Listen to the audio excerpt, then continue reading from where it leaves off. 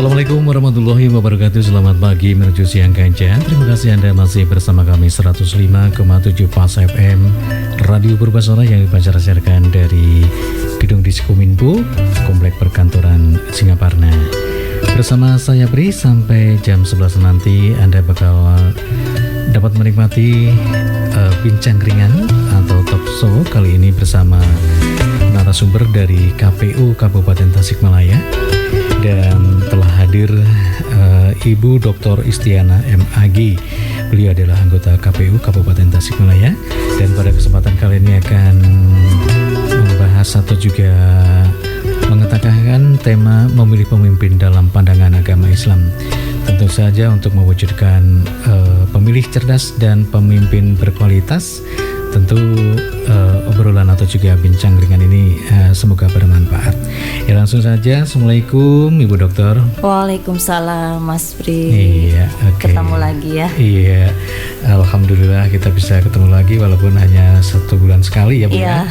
Namun apa saja yang disampaikan mudah-mudahan bermanfaat bagi masyarakat. Amin. Dan juga terima kasih kepada Bapak Ketua KPU atas ucapannya terhadap Purbasora yang telah meraih kategori berita radio pada KPID Jabar Uwit ya, yang dilaksanakan beberapa hari belakang. Ya, baik Bu, silakan bisa juga menyapa Kanca gitu ya, yang sekarang sudah siap menyimak apa yang akan disampaikan, tentu saja terkait dengan KPU ya, program-programnya.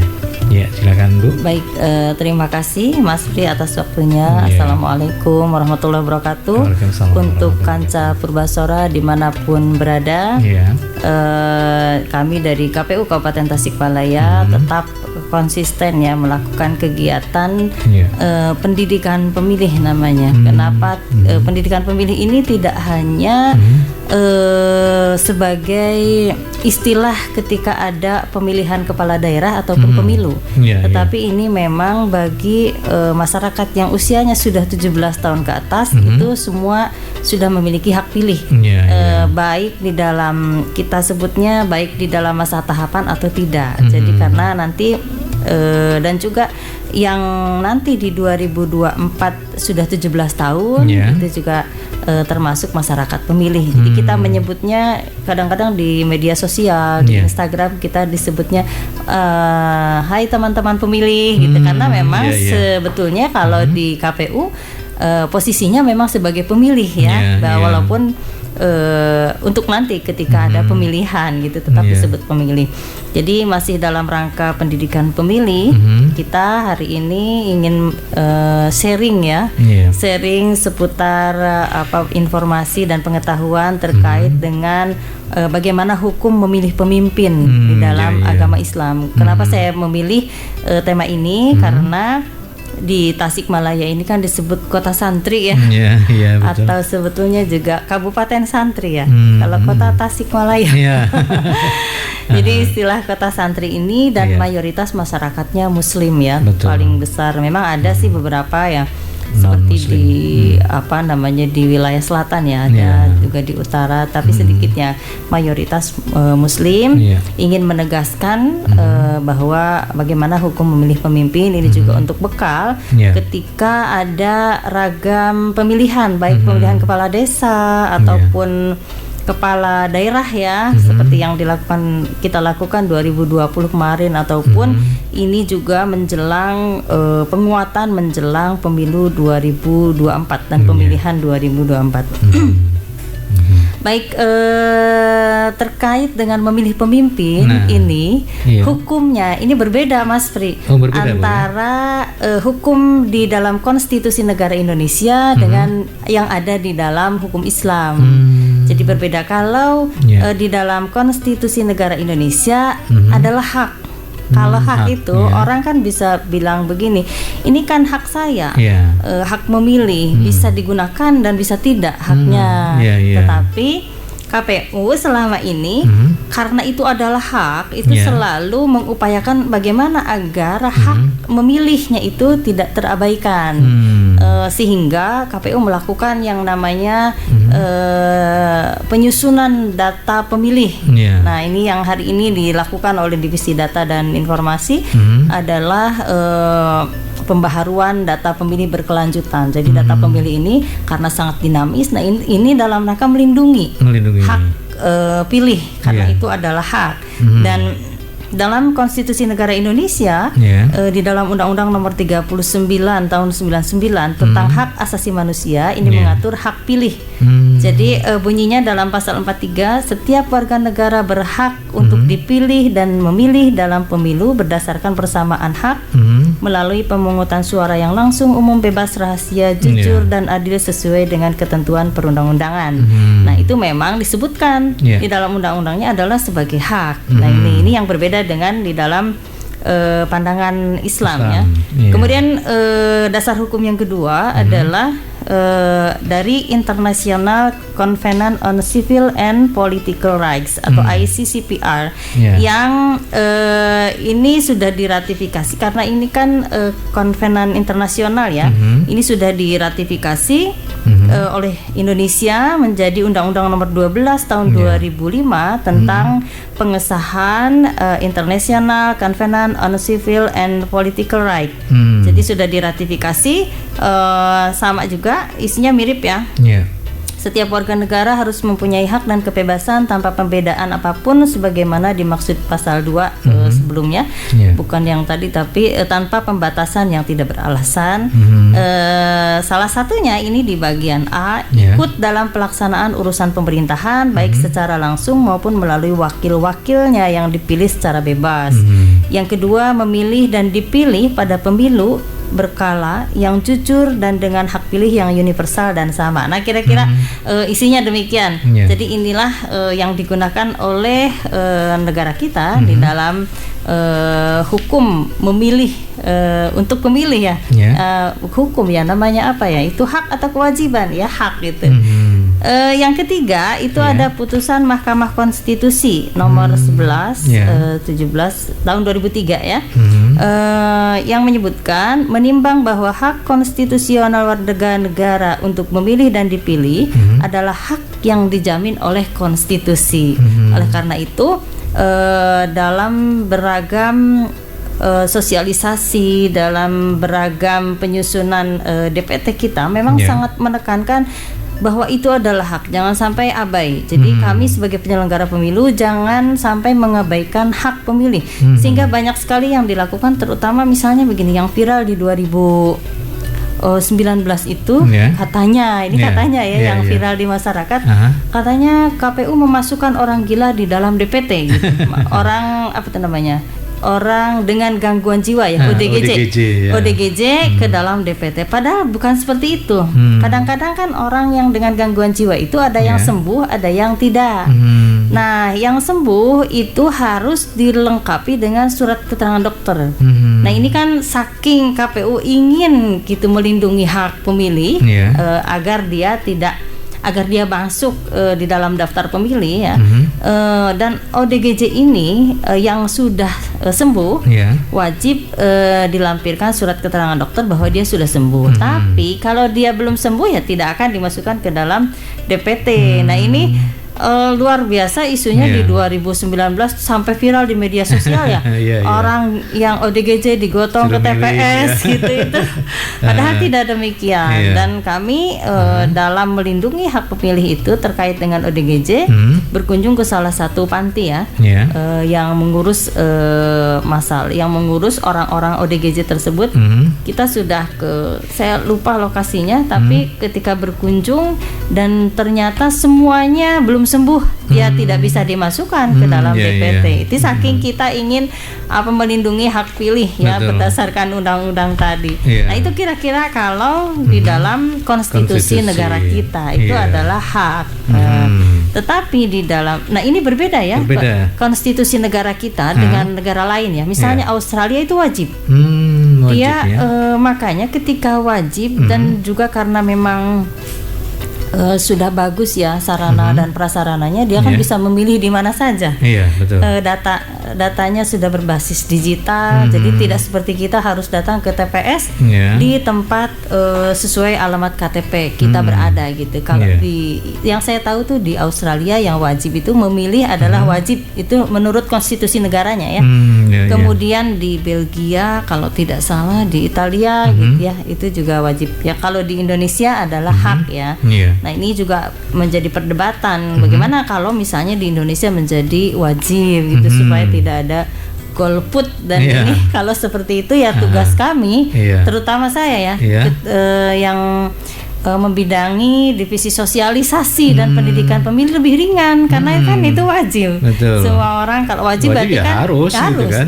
Dan itu kan ada konsekuensinya kalau dia tidak memilih kan karena itu wajib. Nah, ada karena sanksi mungkin ada sanksinya. Kalau hari ini karena hak ya tugas kami bukan lebih berat ya disebutnya itu lebih banyak ya.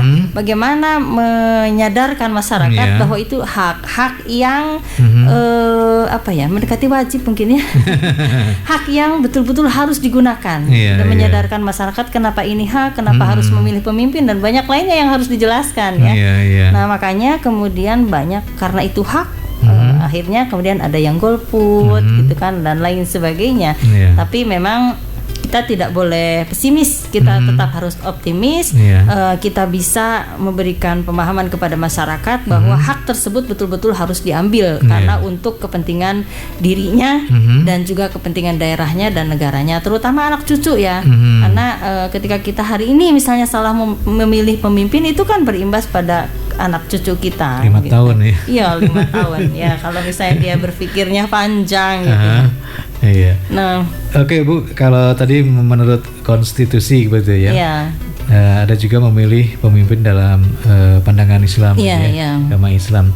Namun sebelumnya kita simak dulu lagu berikut ini. Baik. Sayang, bukan ku tak cinta, apalagi tak memperhatikanmu.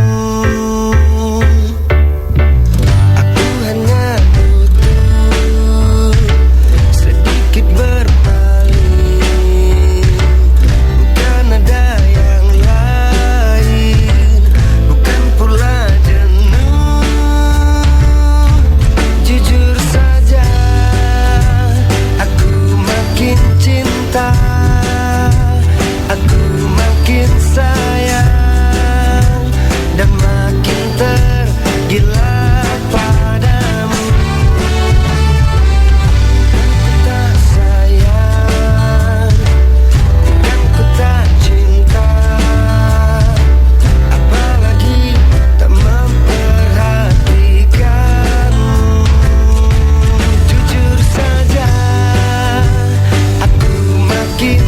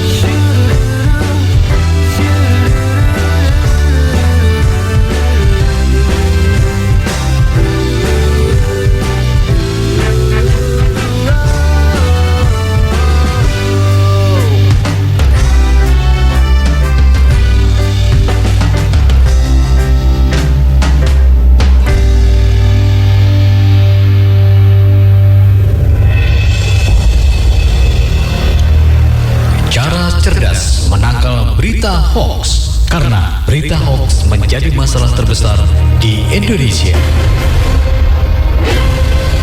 Hati-hati dengan judul yang provokatif. Cermati alamat situs. Periksa fakta atau kebenarannya. Cek keaslian foto dan video. Ikut serta grup diskusi anti hoax. Dan jangan terburu-buru untuk membagikan berita. Berita hoax sangat berbahaya, sangat merugikan bagi kita semua. Jangan mau diadu domba dan dipecah belah oleh pihak yang hanya ingin mengambil keuntungan semata. Mari kita cerdas berinternet dan bijak dalam bermedsos.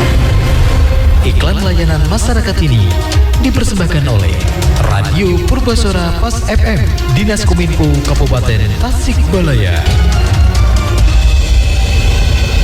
Hey, lagi ngapain nih? Lagi baca-baca buku aja nih. Hari gini masih baca buku? Halah, Udah gak zaman kali. Kancapas, tahukah Anda, Indonesia menempati ranking ke-62 dari 70 negara berkaitan dengan tingkat literasi, atau berada 10 negara terbawah yang memiliki tingkat literasi rendah. Hal ini berdasarkan survei yang dilakukan oleh Program for International Student Assessment yang dirilis oleh Organization for Economic Cooperation and Development pada 2019. Oleh karena itu, mari kita tanamkan literasi pada anak-anak kita dan tumbuhkan rasa suka dalam membaca untuk kecerdasan bangsa. Iklan layanan masyarakat ini dipersembahkan oleh Radio Purbasora dan Dinas Kominfo Kabupaten Tasikmalaya. Simak acara Mutiara Kolbu setiap hari dari jam 5 sore di 105,7 Pas FM Radio Purbasora, dan setiap hari Senin diisi dengan tausiah serta tanya jawab seputar agama Islam bersama Kiai Haji Anwar Nasyori SAG MSI, pimpinan Pondok Pesantren Makrifah atau Mahat Riyadul Falah, dan sebagai Ketua Forum Pondok Pesantren Kabupaten Tasikmalaya. Dari Rasulullah SAW mengajarkan bahwa barang siapa bermimpi jelek, maka jangan dikasih tahu kepada orang lain, tapi cukup meludah ke kiri, kemudian menyebut kadzabta ya syaitan amantu billah, dan itu tidak akan bermadarat terhadap dirinya. Apabila ada perasaan senang dan lain sebagainya, itu bisa jadi dalam mimpi yang baik. Catat waktunya setiap hari Senin jam 5 sore hanya di 105,7 Pas FM Radio Purbasora.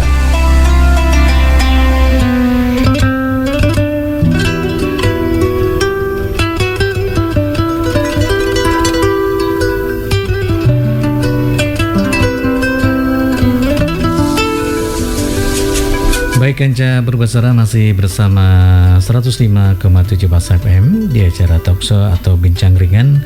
Kali ini bersama KPU Kabupaten Tasikmalaya, di mana KPU Kabupaten Tasikmalaya setiap hari Kamis kedua, ya Bu ya, Anda bakal bisa menyimak program-program KPU di Kabupaten Tasikmalaya ini pada pukul 10 sampai dengan 11 setiap Kamis kedua, ya, setiap bulannya, sehingga pertemuannya sebulan sekali. Nah, untuk itu kami memberi kesempatan kepada Anda, Kanca Purbasora, untuk bisa menanyakan langsung pada narasumber kami melalui SMS atau juga WhatsApp. SMS-nya di 0853 244 0-nya 3 kali 70, sementara untuk WhatsApp-nya di 0822 16 18 18 10, ya. Dan narasumber dari KPU Kabupaten Tasikmalaya untuk kali ini Ibu Dr. Istianah MAG. Beliau adalah anggota KPU Kabupaten Tasikmalaya.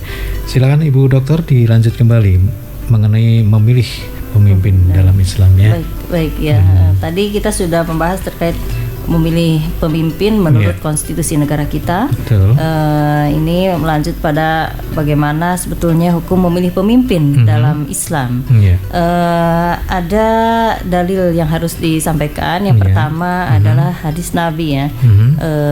Hadis Nabi itu bisa berupa, sebetulnya hadis adalah ucapan, perbuatan, dan ketetapan Nabi. Nah, ini yang saya sampaikan adalah ucapan Nabi. idza kana salasatun fi safarin falyu'ammaru ahadahum. Artinya jika ada 3 orang bepergian, fi safarin bepergian, hendaknya mereka mengangkat salah seorang di antara mereka menjadi pemimpinnya. Jadi 3 orang saja itu harus ada 1 orang pemimpin. Apalagi kalau sekabupaten Tasikmalaya itu 1,8 juta ya. Iya. 1,8 juta. 351 desa. 351 desa 39 kecamatan. Itu sudah memang sangat wajib ya. Betul. Kalau lihat hadis ini itu ya 3 orang saja harus gitu kan. Apalagi 1,8 juta orang. Nah, ini dasar hadis yang sering sekali diungkapkan oleh para tokoh agama terkait dengan wajibnya memilih pemimpin di dalam Islam. Kemudian yang kedua, fatwa MUI ya. Jadi MUI itu sudah mengeluarkan fatwa hasil ijtima Komisi Fatwa Indonesia tahun 2009 terkait dengan menggunakan hak pilih dalam pemilihan umum. Nah, ini juga yang sering kami gunakan di dalam sosialisasi ketika menjelang pemilihan umum ataupun pemilihan kepala daerah. Jadi fatwa MUI ini. Karena yang namanya MUI itu kan Majelis Ulama Indonesia, otomatis fatwa yang mereka keluarkan itu juga bukan sembarang fatwa, tentu berdasarkan hasil ijtihad yang betul-betul dilakukannya dengan betul-betul dan juga berpedoman pada Al-Quran dan hadis ya, dan juga kitab-kitab fikih lainnya yang muktabar ya. Yang pertama, fatwa MUI ini, pemilihan umum dalam pandangan Islam adalah upaya untuk memilih pemimpin atau wakil rakyat mungkin ya, maksudnya yang memenuhi syarat-syarat ideal bagi terwujudnya cita-cita bersama sesuai dengan aspirasi umat dan kepentingan bangsa. Jadi betul-betul harus memang dasarnya memilih pemimpin itu harus untuk kepentingan bangsa. Jadi kemudian yang kedua, memilih pemimpin dalam Islam adalah kewajiban untuk menegakkan kepemimpinan dan pemerintahan dalam kehidupan bersama. Yang ketiga, kepemimpinan dan pemerintahan dalam Islam menghajatkan syarat-syarat sesuai dengan ketentuan agama agar terwujud kemaslahatan dalam masyarakat. Yang keempat, memilih pemimpin yang beriman harus, jadi memilih pemimpin itu kriterianya harus beriman, bertakwa, jujur, terpercaya, aktif dan aspiratif, mempunyai kemampuan dan memperjuangkan kepentingan umat Islam, dan hukumnya adalah wajib. Nah, ini di nomor 4 ini, memilih pemimpin hukumnya adalah wajib. Ya. Kemudian yang kelima, memilih pemimpin yang tidak memenuhi syarat-syarat sebagaimana yang disebutkan dalam butir keempat, atau tidak memilih sama sekali padahal ada calon yang memenuhi syarat, maka hukumnya adalah haram. Jadi kalau kita ketika menemukan ada pemimpin dengan kriteria nomor 4 tadi yang disampaikan dan kita tidak memilih, itu hukumnya haram. Jadi kita memang wajib memilih pemimpin itu sesuai dengan fatwa MUI ya. Kemudian kita akan lihat di dalam Al-Quran kriteria pemimpin yang layak dipilih dalam Islam itu kalau di dalam Al-Quran itu kuat dan terpercaya ya. Kalau kuat itu kan banyak kekuatan itu yang dimiliki oleh calon pemimpin. Dia harus memiliki kemampuan spiritual ya. Yang pertama kan itu saya kira wajib ya yang dimiliki oleh seorang pemimpin, apalagi kita negara Indonesia mayoritas Muslim ya. Dan juga ada 6 agama sebetulnya yang dianut. Nah, kalau kita berbicara perbedaan antar agama ini kayaknya tidak cukup waktu di sini, tetapi intinya dia punya kemampuan spiritual ya, yang baik ya. Kemudian juga kemampuan intelektualitas. Jadi apa jadinya kalau misalnya negara kita ini pemimpin sebuah daerah, pemimpin baik dari tingkat RT, desa dan lain sebagainya, itu tidak memiliki kemampuan intelektualitas yang baik. Dia tidak akan bisa berpikir panjang dan lain sebagainya. Nah, ini juga masuk pada kategori kuat tadi. Kemudian yang ketiga, emosional, harus memiliki kekuatan, kemampuan emosional yang baik. Kemudian kemampuan memimpin. Jadi ada yang disebut dia memiliki jiwa pemimpin misalnya begitu. Oh, dia tidak memiliki jiwa pemimpin. Nah, ini juga Rasulullah pernah mengatakan kalau tidak salah pada Abu Dzar, kamu tidak cocok untuk menjadi pemimpin. Oleh karena itu janganlah kamu berharap menjadi pemimpin karena kamu adalah lemah. Nah, itu sampai Rasulullah pernah mengatakan demikian. Jadi kalau memang tidak punya kemampuan untuk memimpin, itu ya tidak usah memaksakan diri untuk menjadi pemimpin. Kemudian yang terakhir ini kemampuan fisik, karena menjadi pemimpin itu dibutuhkan banyak orang. Kita harus sehat ya secara fisik. Dan ini memang yang disyaratkan oleh KPU adalah tes kesehatan ketika calon kepala daerah ya ataupun wakil rakyat ya, mereka harus menyertakan surat keterangan sehat. Kalau untuk kepala daerah itu bahkan sampai check up generalnya lengkap sekali ya. Kita kemarin untuk Kabupaten Tasik itu bekerjasama dengan Rumah Sakit Hasan Sadikin Bandung. Kira-kira kuat itu di situ ya, kuat secara spiritual, intelektualitas, emosional, kemampuan memimpin dan kemampuan fisik dan terpercaya.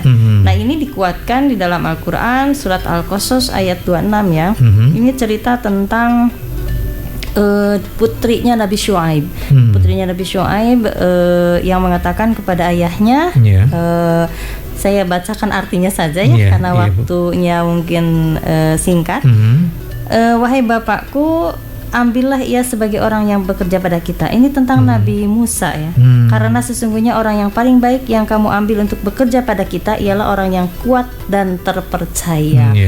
Kalau menjadi pemimpin itu kan berarti dia bekerja pada rakyat. Betul. Maka kalau ini ceritanya memang tentang, kalau tidak salah ya, Nabi Musa membantu dua putri Nabi Syuaib itu sehingga kemudian percaya kepada Nabi Musa, dan Nabi Musa bekerja pada Nabi Syuaib karena beliau waktu itu melakukan keluar dari negaranya waktu itu ya, dari Mesir kalau tidak salah, dan untuk menghindar dari sebuah kekacauan ya. Dan ini menjadi dasar untuk kita bahwa ketika yang namanya pemimpin itu bekerja untuk rakyat, maka dia harus orang yang kuat dan dapat dipercaya. Dapat dipercaya ini memang wajib ya. Bagaimana kita mempercayakan sesuatu, apalagi yang namanya pemimpin daerah ya ataupun pemimpin negara gitu. Itu kan merupakan amanat yang sangat besar, maka betul-betul harus dipercaya. Kemudian juga ketika pemilihan Nabi Yusuf ini di surat Yusuf ayat 54 bahwa rajanya berkata, sesungguhnya kamu mulai hari ini menjadi seseorang yang berkedudukan tinggi dan dipercaya pada sisi kami. Jadi kami memilihmu karena engkau terpercaya gitu. Itu yang disampaikan oleh raja di masa Nabi Yusuf ya waktu itu. Nah, inilah kemudian dasar bagi kita sebagai pemilih ya. Saya juga ya, saya walaupun sebagai anggota KPU tapi sama memiliki hak pilih ya. Nah, inilah yang kira-kira yang bisa kita pegang untuk para pemimpin, seperti apa yang harus kita pilih untuk mendapatkan pemimpin yang berkualitas. Nah, kalau kita kembali lagi pada kriteria pemimpin yang layak dipilih menurut fatwa MUI itu ya. Yang pertama beriman dan bertakwa, kemudian jujur, ya harus jujur ya, yang namanya pemimpin misalnya. Dia tidak boleh hari ini berkata A, besok berkata B gitu. Walaupun hal kecil sebetulnya ya. Yang namanya kejujuran itu dimulai dari hal-hal kecil. Ketika dia hal-hal kecil saja sudah tidak jujur, apalagi yang besar. Kemudian yang ketiga terpercaya dan amanah, ini yang harus pasti ini. Kemudian yang keempat aktif dan aspiratif ya. Aspiratif itu dia menyampaikan ya, tabligh kalau di dalam bahasa Arabnya. Kemudian yang kelima mempunyai kemampuan, tadi sudah disampaikan kuat itu ya, fatonah, mempunyai kemampuan dan memperjuangkan kepentingan umat, kemaslahatan umat ya. Nah, itu kriteria pemimpin yang harus dipilih sehingga kita nanti mendapatkan pemimpin yang berkualitas. Lalu bagaimana dengan kitanya yang menjadi pemilih nih? Kita juga harus menjadi pemilih yang cerdas. Caranya yang pertama, pemilih yang cerdas itu kita tidak asal memilih, atau misalnya begini, banyak sekali isu-isu ya, misalnya ada yang namanya serangan fajar gitu kan, atau dia memilih karena iming-iming sesuatu, dan ini sebetulnya diatur ya di dalam undang-undang pemilihan itu tidak boleh yang namanya money politics gitu ya. Harus memilih bukan berdasarkan sesuatu, tetapi betul-betul kitanya cerdas dengan kemampuan diri kita bisa memilih pemimpin yang baik.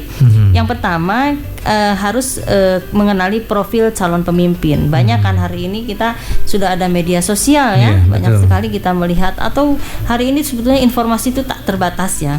Kalau betul-betul memang sangat tidak tahu, bisa bertanya pada orang yang lebih lebih mengerti tentang kondisi di sebuah daerah. Pasti kan mereka kalau tokoh masyarakat pasti tahu lah ya, pemimpin A seperti ini, pemimpin B seperti ini. Tapi yang penting tokoh agamanya itu tidak mengarahkan, hanya memberitahu saja. Jadi mencari tokoh agama yang tidak memiliki keberpihakan, karena tokoh-tokoh masyarakat maksudnya mencari tokoh masyarakat yang tidak memiliki keberpihakan untuk bertanya bagaimana kalau memang sama sekali buta ya tentang calon pemimpinnya. Oleh karena itu KPU itu berupaya keras ya di dalam setiap pemilihan itu. Kalau pilkada terutama ya, kalau untuk pileg itu kita susah sekali ya mengenalkan calon. Itu harus calonnya sendiri. Kalau pilkada kita kemarin di 2020 empat-empatnya itu kita bawa. Ini calonnya, ini visi misi masing-masing calon itu kita bawa setiap sosialisasi kira-kira begitu. Kemudian yang kedua, memilih calon yang benar-benar berkualitas dan amanah. Kualitas tadi ya, kuat dan terpercaya dan amanah ya. Kuat ya tadi, kuat secara spiritual, secara emosional, secara intelektual dan lain sebagainya. Yang ketiga, menghindari politik uang. Jadi tidak memilih atas iming-iming uang, karena kan katanya yang banyak menghamburkan uang ketika pemilihan, dia itu nanti tidak akan memikirkan rakyat, tapi memikirkan bagaimana uang dia kembali. Katanya. Nah misalnya kembali modal kembali modal. Nah itu kira-kira memilih yang berdasarkan hati nurani lah ya. Ketika kita mengetahui si A lebih berkualitas daripada si B yang punya uang, ya pilihlah yang A gitu. Kemudian yang keempat, hindari berita hoax dan fitnah ya. Baik menerima berita hoax maupun menyebarkan, baik menerima fitnah atau menyebarkan. Kalau di dalam Islam tuh ada begini, hoax itu kan berita bohong ya. Di dalam Islam itu hadis ya, ini memang tinggi ya, tidak bisa disamakan dengan masyarakat umum ya. Jadi perawi itu perawi itu orang yang meriwayatkan hadis. Meriwayatkan itu artinya dia menyampaikan hadis kepada orang lain ya. Nah, kalau baru diduga saja, perawi yang diduga pernah berbohong, belum terbukti dia berbohong. Jadi perawi, orang yang meriwayatkan hadis yang diduga pernah berbohong, itu orangnya ini sudah dihukumi dhaif. Orangnya ini sudah dihukumi lemah, tidak bisa dipercaya. Nah itu memang hadis. Tapi ini bisa kita ambil, bisa kita bawa pada kondisi hari ini, bahwa orang yang memberitakan berita bohong itu ya orang yang lemah dalam tanda kutip kan begitu. Orang yang tidak bisa dipercaya dan lain sebagainya. Tapi kadang-kadang berita hoaxnya itu seolah-olah isinya benar kan. Kayak misalnya hari ini yang ramai itu kesehatan ya. Jika mengkonsumsi ABCD maka akan begini. Itu kayak kita bener apa ya kan gitu. Nah ini juga makanya kita harus pintar-pintar ya itu tadi literasi. Tadi saya dengar literasi di Indonesia itu 10 paling buncit. Nomor 10 dari bawah ya tadi di iklan itu luar biasa. Ini memang PR-nya ini Diskominfo harus lebih giat lagi bagaimana masyarakat kita itu literasinya bisa naik ya, bisa tinggi. Nah ini karena hoax ini dan fitnah ini ya tergantung dari bagaimana literasi kita. Kalau literasi kitanya baik, kita budaya baca di Indonesianya baik, itu tentu daya menerima hoaxnya juga rendah dan fitnah. Kemudian yang kelima setelah tadi ada satu, kenali calon pemimpin, memilah dan memilih pemimpin yang benar-benar berkualitas dan amanah, menghindari politik uang, menghindari hoax dan fitnah. Yang terakhir itu ya harus melakukan pemilihan. Jangan kita kuar-kuar pilih pemimpin yang berkualitas. Kita sudah kalau di 2019 lalu itu kan gontok-gontokan ya. Jangan pilih ini, harus pilih ini sampai berantem dan lain sebagainya. Ternyata tidak datang ke TPS itu rugi. Itu kayak calo begitu. Iya, makanya harus datang melakukan pemilihan baik. Misalnya di tingkat desa ya datang ke tempat pemilihan di desa. Kalau di pemilu ataupun pilkada itu karena ruangnya hanya satu di TPS ya, harus datang ke TPS dan melakukan pemungutan suara. Nah, itu kira-kira bagaimana kita menjadi pemilih yang cerdas. Gitu. Tapi Bu, sekarang ini masyarakat sudah semakin sadar tentang demokrasi, artinya pemilihan di tingkat ke-RW-an saja ini luar biasa seperti pilkada begitu. Pilkada ya, ramai ya, sudah demokratis ya. Luar biasa.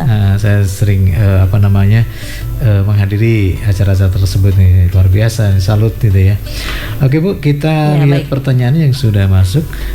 Assalamualaikum. Waalaikumsalam. Saya Abdullah dari Singaparna. Narasumber yang saya hormati, izinkan saya bertanya.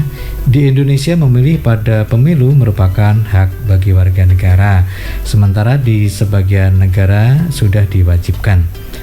Adakah indikasi atau planning ke depan di negara kita ditingkatkan menjadi wajib? Terima kasih sebelumnya. Begitu Bu dari Pak Abdullah di Singaparna. Baik, langsung dijawab ya? Iya silakan. Baik, kalau untuk itu tergantung yang di atas ya. Iya. Untuk undang-undang pemilu dan pemilihan ini kan yang berwenang untuk seperti kemarin itu kan.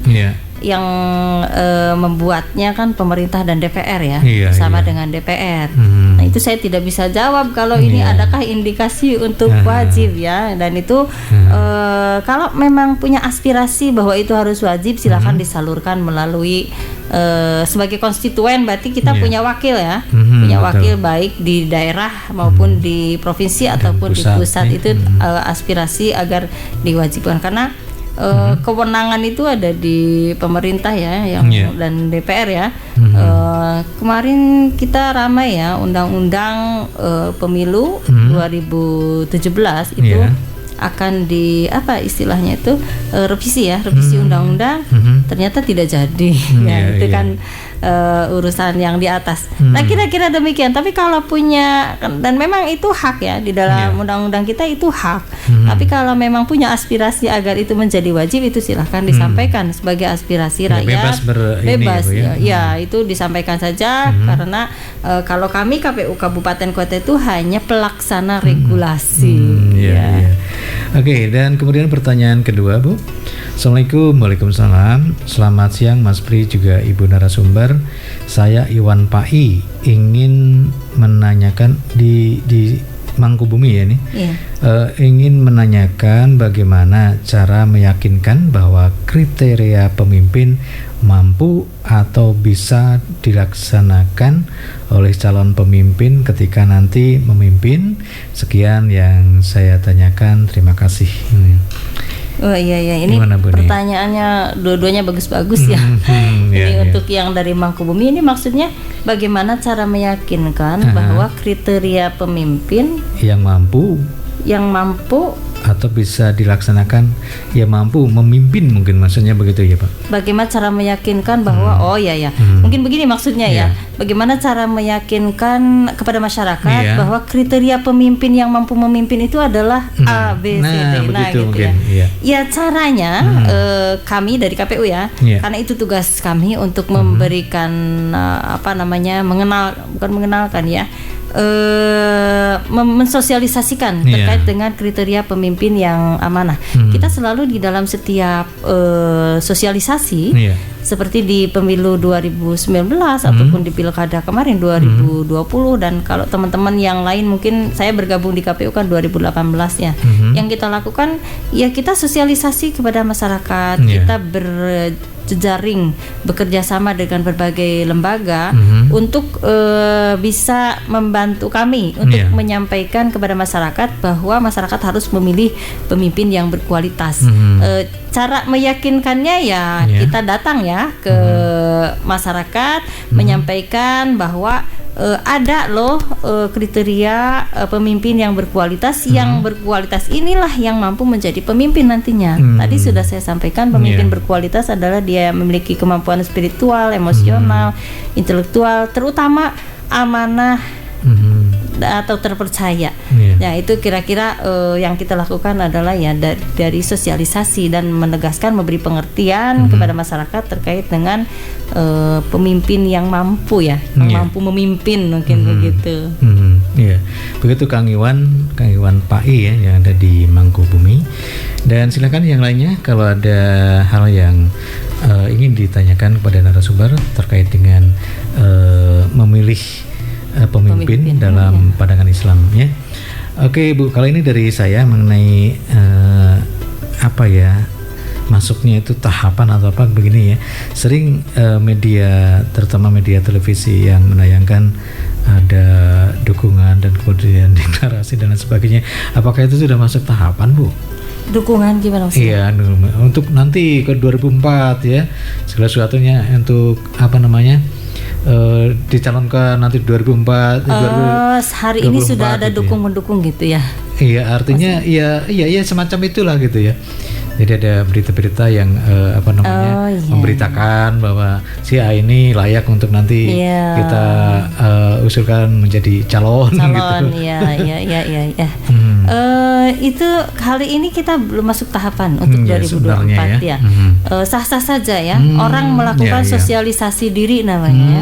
Sosialisasi dirinya baik framing di media kan ataupun apa sajalah dia bisa melakukan apa saja. Kita tidak mengatur sesuatu di luar tahapan.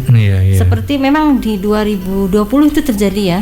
Jadi banyak sekali yang bertanya, ini bagaimana hukumnya? Orang sudah banyak datang ke masyarakat ya. Adalah calon-calon yang datang silaturahmi begitu. Tidak ada aturan, KPU tidak ada aturan karena mereka itu sudah tahapan tapi belum tahap pencalonan.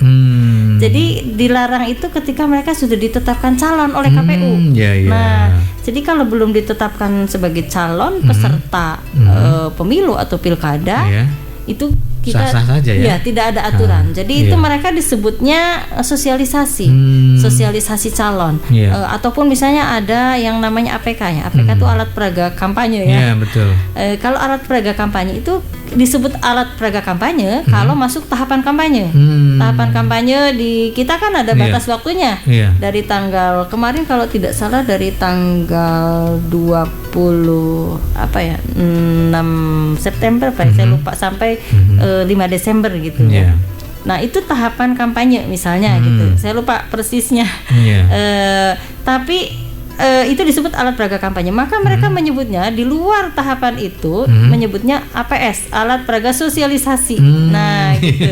Makanya yang dilakukan oleh para yang ingin berlaga mungkin ya di 2024 hari ini adalah sosialisasi diri mereka sendiri gitu, atau bisa melalui orang lain kan, digadang-gadang kan begitu. Ini cocok misalnya atau diperbincangkan itu sosialisasi. Itu sah-sah saja karena kita tidak mengatur sesuatu di luar tahapan. Apalagi kalau untuk calon kita ada khusus dia tidak boleh melakukan apa seenaknya ya untuk kampanye di luar kalau sudah masuk tahap pencalonan, sudah ditetapkan sebagai calon.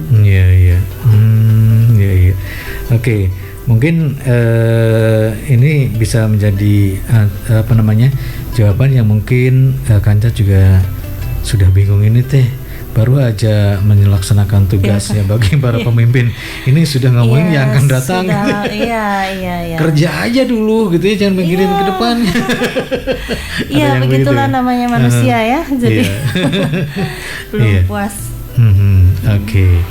Kemudian sebelum kita akhiri Bu ya, tentu saja himbauan kepada masyarakat ini ya terkait dengan ya rencana untuk pemilihan 2024 yang sudah ya angin-anginnya sudah ada terasa. Sudah ada, ya, baik. Ini ya saya infokan ya. Kemarin kita sudah ada tanggal ya. Jadi karena hari hak pemungutan suara sampai hari ini belum ada kesepakatan. Belum ada kesepakatan. Kita menunggu dari KPU RI, informasi dari KPU RI. Ketika sudah ada kesepakatan tanggal, tentu KPU RI juga langsung membuat tahapan ya, jadwal tahapan. Jadwal tahapan ini nanti disosialisasikan ke KPU provinsi dan KPU kabupaten kota se-Indonesia. Karena kalau kami di KPU kabupaten itu kan hanya pelaksana, kita menunggu saja, menunggu instruksi. Tapi ada banyak yang kami kerjakan hari ini ya, seperti hari ini ya kita sosialisasi terkait dengan informasi-informasi seputar kepemiluan. Nah ini juga saya ingin infokan ya untuk Kanca Purbasora bahwa KPU Kabupaten Tasikmalaya memiliki yang namanya Rumah Pintar Pemilu atau RPP. Nah itu kita punya sebuah ruangan dilengkapi dengan perpustakaan kecil-kecilan ya. Kita belum bisa besar ya, tapi ada buku-buku terkait dengan pemilu, politik dan demokrasi, kemudian data-data kepemiluan. Itu bisa diakses oleh umum ya, oleh masyarakat, oleh pelajar, oleh mahasiswa, bisa datang ke kantor kami untuk bisa misalnya mau mencari data pemilu 2004 ada. Atau mau cari data pemilu 2014 juga ada. Jadi data-data pemilu yang lama itu bisa dilihat. Kalau misalnya ingin tahu sejarah pemilu di Tasik gitu, bisa datang ke RPP kita. Atau juga bisa kunjungan dari sekolah. Jadi sekolah-sekolah itu kalau dulu kita di 2019 memang ada program mengundang ya. Mengundang sekolah untuk berkunjung ke KPU. Alhamdulillah itu berjalan dengan baik dan antusias ya. Satu yang ini waktunya banyak nggak? Masih ada. Saya ingin cerita. Di 2019 itu kita mengundang sekolah ke RPP KPU Rumah Pintar Pemilu KPU Kabupaten Tasikmalaya. Kita mengadakan simulasi di TPS. Jadi ada rumor atau ya ini namanya hoax lagi ya, berita bohong bahwa KPU itu bisa mengotak-ngatik hasil suara gitu. Nah kita melakukan simulasi dengan para siswa ini. Jadi para siswa itu dia sendiri yang jadi petugas KPPS-nya, dia yang menjadi saksi, dia yang menjadi pemilih. Jadi kita atur di sebuah ruangan. Memang waktu itu ada ruang simulasi khusus. Mereka bekerja seperti itu dan sampai pada penghitungan suara. Penghitungan suara itu kan kertas kertas yang dicoblos itu kan dibuka lebar, dilihat oleh saksi kan. Kalau menurut saksi sah dihitunglah itu satu suara. Ketika mereka melihat prosesnya seperti itu, mereka bilang, Bu, kalau begitu nggak bisa dicurangi ya, nggak bisa. Ya itu kamu dengar dari mana bisa dicurangi? Ketika dia berpraktek menjadi petugas di KPPS, nyatanya sulit sekali katanya mencurangi kalau prosesnya demikian. Dan memang tidak bisa dicurangi. Kalau ada isu-isu bisa merubah suara, itu namanya isu ya. Memang tidak bisa. Di TPS itu kan saksi dari beragam parpol kan ya. Belum masyarakat yang menonton. Nah itu hari ini musimnya HP smartphone ya. Jadi di foto-foto saja gitu itu sulit sekali, nggak bisa. Memang tidak bisa itu. Kalau memang ada isu bahwa itu bisa dirubah oleh KPU ya itu isu namanya. Isu. Yang namanya isu ya tidak boleh dipercaya, berita bohong. Nah itu kira-kira itu kita mengundang ya kepada teman-teman masyarakat Kanca Purbasora untuk bisa berkunjung ke Rumah Pintar Pemilu KPU Kabupaten Tasikmalaya. Yang beralamat di kantor Ruko Blok Singaparna, Jalan Raya Timur. Jadi mudahnya samping SPBU. Samping samping SPBU Badak Paeh itu ada Ruko, komplek Ruko. Karena itu. Gini Bu, mencarinya sepanjang jalan itu lihat-lihat nggak ada ya. Kantor KPU nggak kelihatan. Harus masuk dulu ke komplek itu kan? Iya harus masuk ke komplek. Jadi memang di komplek Ruko di samping SPBU Badak Paeh. Nah itu kira-kira. Kemudian kalau kemarin itu kita dengan narasumber Bawaslu, pertanyaan sama ini buat KPU juga. Apakah memang idealnya berdekatan ya Bawaslu dengan KPU? Itu pertanyaan kepada Pak Ketua Bawaslu. Hanya kebetulan katanya begitu. Iya, itu hanya kebetulan. Iya. Jadi KPU selama ini memang kita KPU belum memiliki kantor ya. Iya. Jadi kita KPU Kabupaten Tasik ini selalu menjadi kontraktor ya, berpindah-pindah gitu, ya. Itu banyak data yang hilang. Ya makanya Bu, jadi menyangkut data kan ya. Data. Kalau mebeler gini sih ya enggak inilah ya maksudnya. Bisa dibeli lah. Kalau ya. data itu kan luar biasa. Iya. Nah, kebetulan yang namanya ruko itu dia kan disewakan, bukan milik pribadi. Kalau dulu sewanya ke pribadi. Kalau ke pribadi kan digunakan ya diusir lah. Kalau ruko memang peruntukannya disewakan. Alhamdulillah sampai hari ini ya masih bertahan di ruko. Nah, yang dengan Bawaslu itu ya kebetulan saja Bawaslu juga di ruko karena ruko itu letaknya strategis ya. Betul. Jadi sehingga kami mungkin KPU dan Bawaslu memilih di ruko itu. Iya. Jadi sebetulnya itu hanya faktor kebetulan. Tapi itu ada untungnya memudahkan kita komunikasi. Nah, justru itu Pak Ketua Bawaslu itu menginginkan suatu gedung itu antara KPU dan Bawaslu dan yang terkait dengan itu di suatu gedung besar gitu ya Bu ya. Nah, jadi nggak harus kemana-mana begitu. Soalnya kalau ketika tahapan kita banyak komunikasi dengan Bawaslu ya. Betul, iya. Oke Bu, masih ada lagi barangkali untuk himbauan kepada masyarakat sebelum kita tutup? Iya, kami menghimbau kepada Kancah Purbasora juga masyarakat di seluruh Kabupaten Tasikmalaya bahwa memilih pemimpin kalau kitanya memilih hukum dalam pandangan Islam maka itu adalah wajib sebagai Muslim ya. Saya Muslim ya. Tentu banyak masyarakat Muslim sekali kalau di Tasikmalaya masyarakat Muslim bahwa itu adalah wajib. Tetapi sesungguhnya jika kita merunut pada konstitusi negara itu adalah hak. Jadi bagi saya memilih sebagai Muslim atau sebagai warga negara Indonesia kan ya itu memang kita tidak bisa memaksa juga. Baik untuk masyarakat Muslim sendiri karena ini hanya sebagai informasi saja bentuknya sebagai sharing pengetahuan. Kalau di dalam Islam adalah wajib tetapi kalau kita sebagai warga negara dalam konstitusi tetap ini adalah hak. Tetapi hak ini kalau tidak kita gunakan dengan baik kita akan menyesal selama 5 tahun misalnya. Kita sudah tahu ada pemimpin yang baik, ada kualitasnya baik, maka itu harus dipilih karena untuk kepentingan kita sendiri. Kita kan ada sebagai warga Tasik misalnya, sebagai warga Tasik ada di dalamnya, keuntungannya kembali pada kita. Ketika kita memilih pemimpinnya yang berkualitas, maka dengan sendirinya masyarakat Kabupaten Tasikmalaya tentunya lebih maju dan lebih sejahtera. Kan gunanya pemimpin itu ya, dia untuk memajukan dan mensejahterakan rakyat dan lain sebagainya. Kemudian satu lagi karena tadi yang namanya hak itu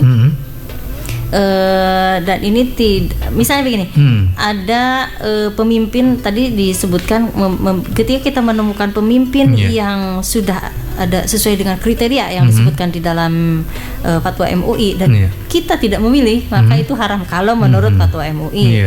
Nah misalnya dari sekian calon misalnya ada banyak calon itu sama sekali tidak ada yang baik ya. Kita harus kalau di dalam Islam itu ketika kita menemukan ada kemadorotan, ada 2 kemadorotan, pilih yang kemadorotannya paling ringan.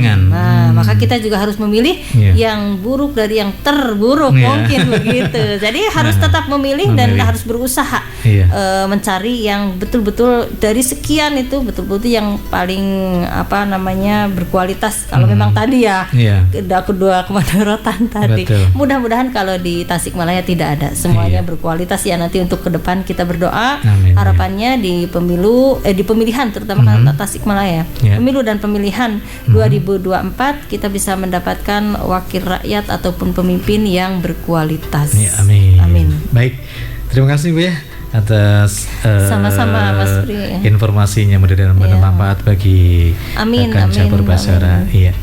Baik Kancah, demikian tadi bincang ringan bersama KPU Kabupaten Tasikmalaya dengan tema memilih pemimpin dalam pandangan agama Islam. Tentu saja ini untuk mewujudkan pemilih cerdas dan pemimpin berkualitas bersama Ibu Dr. Istiana M. Agi.